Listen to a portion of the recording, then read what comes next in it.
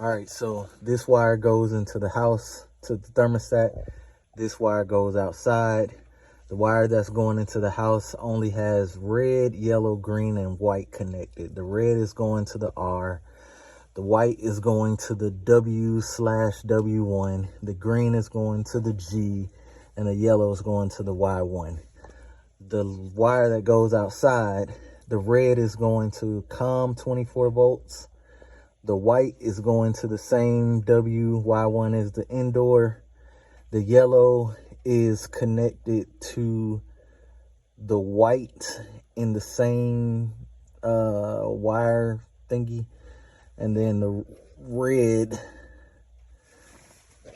another cable is going to somewhere else. I don't really know what that is.